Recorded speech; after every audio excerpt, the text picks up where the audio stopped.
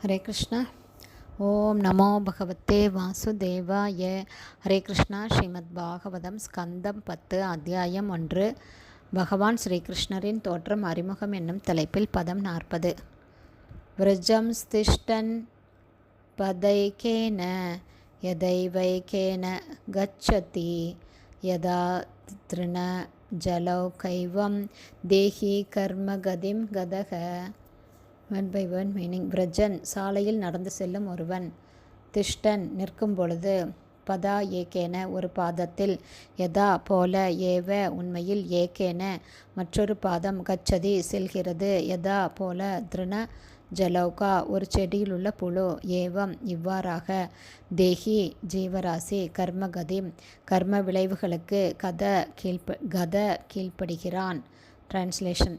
சாலையில் நடந்து செல்பவன் ஒரு பாதத்தை தரையில் வைத்த பிறகு மற்றொரு பாதத்தை தரையிலிருந்து அகற்றுவது போலவே, அல்லது ஒரு செடியிலுள்ள புழு ஓர் இலைக்கு தன்னை மாற்றிக்கொண்ட பின் முந்தைய இலையை விட்டு விடுவது போலவே, பந்தப்பட்ட ஆத்மா ஒரு உடலை தஞ்சமடைந்த பின் முன்பிருந்த உடலை கைவிடுகிறான்.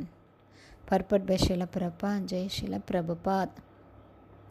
இவ்வாறு தான் ஆத்மா ஓர் உடலிலிருந்து மற்றொரு உடலுக்கு மாறுகிறது.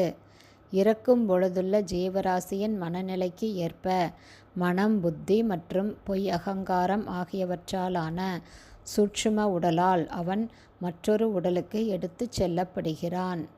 எத்தகைய உடலை ஒரு ஜீவராசி பெறப்போகிறான் என்பதை உயர் அதிகாரிகள் முடிவு செய்ததும், அத்தகைய ஒரு உடலுக்குள் அவன் கட்டாயமாக புகுத்தப்பட்டு தன் பழைய உடலை தானாகவே விட்டுவிடுகிறான்.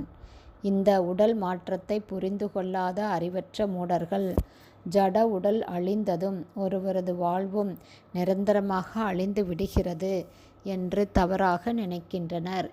இவர்களுக்கு உடல் மாற்றத்தை புரிந்து கொள்வதற்கு தேவையான அறிவு இல்லை.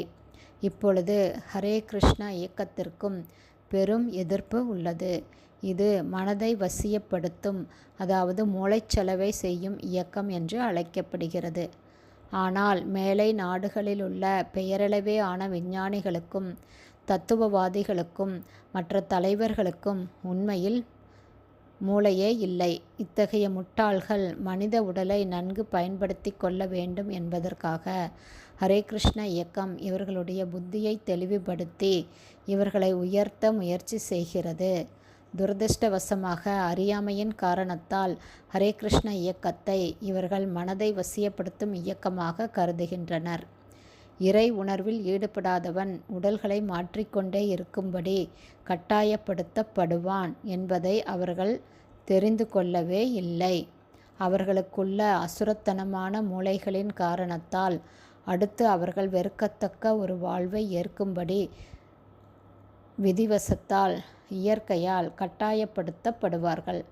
இவ்வாறாக பந்தப்பட்ட வாழ்விலிருந்து தங்களை விடுவித்து கொள்ள முடியாதபடி இவர்கள் சிக்கிக்கொள்வார்கள்.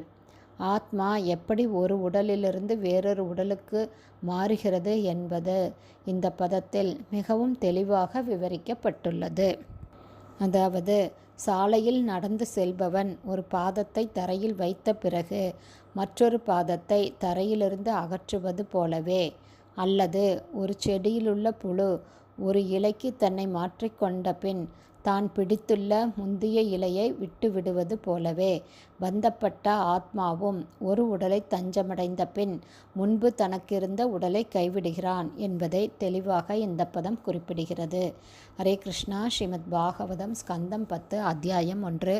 பகவான் ஸ்ரீகிருஷ்ணரின் தோற்றம் அறிமுகம் என்னும் தலைப்பில் பதம் 40 ஸ்ரீல பக்திவேதாந்த சுவாமி பிரபுபாதாவின் விளக்க உரை இத்துடன் நிறைவடைந்தது. ஹரே போல்.